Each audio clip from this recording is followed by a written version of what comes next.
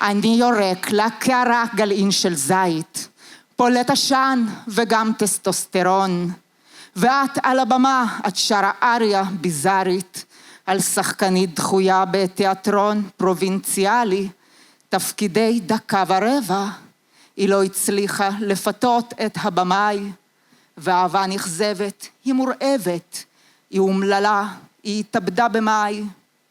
את שרה שיר עצוב, אני לוקח בהיגלם. והחזה שלך נושם עמוק, ועל הבר דומע איזה פייגלה מאוד רגיש, וינקלה השמוק, מדביק שרמוטה אקראית לקרס, קולך צרוד וסמלתך צמודה, בשירותים יוצאים המים מהברז, עם לפחות 20% של חלודה. המאורה הזאת בכלל לא פוטוגנית, והרצפה הקומה ורטובה. כולם הזמינו פלטה מטוגנת, ובירה מהממלכה הרקובה.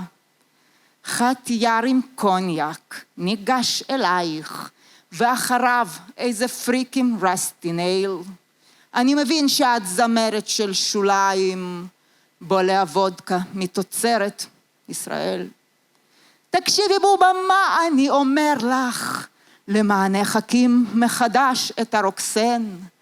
אני מבין בכספים כמו שמחה ארליך, ובשירה כמו אלכסנדר פן. שותי הרסטינייל כולם ברברים, שותי הקוניאק הם זן נכחד. אני יודע לכתוב שירים של ברים, ממש עכשיו יוצא לי עוד אחד. אני זורק עלייך חופן גוגויים, ותחתונים צהובים עם תחרה. אני רוצה אותך כאייקונומואים, אני רוצה אותך בטעם רע, אני רוצה אותך במגפיים נאציים, אני רוצה אותך בכובע קש, אני רוצה אותך בחזייה עם נצנצים, אני רוצה אותך מלכת הטרש. כשאת אוכלת לחם קל עם מרגרינה, לבי כואב ופי אומר, עד כאן. אני אזמין אותך למרגריטה, ואסדר לך הופעה בהאומן.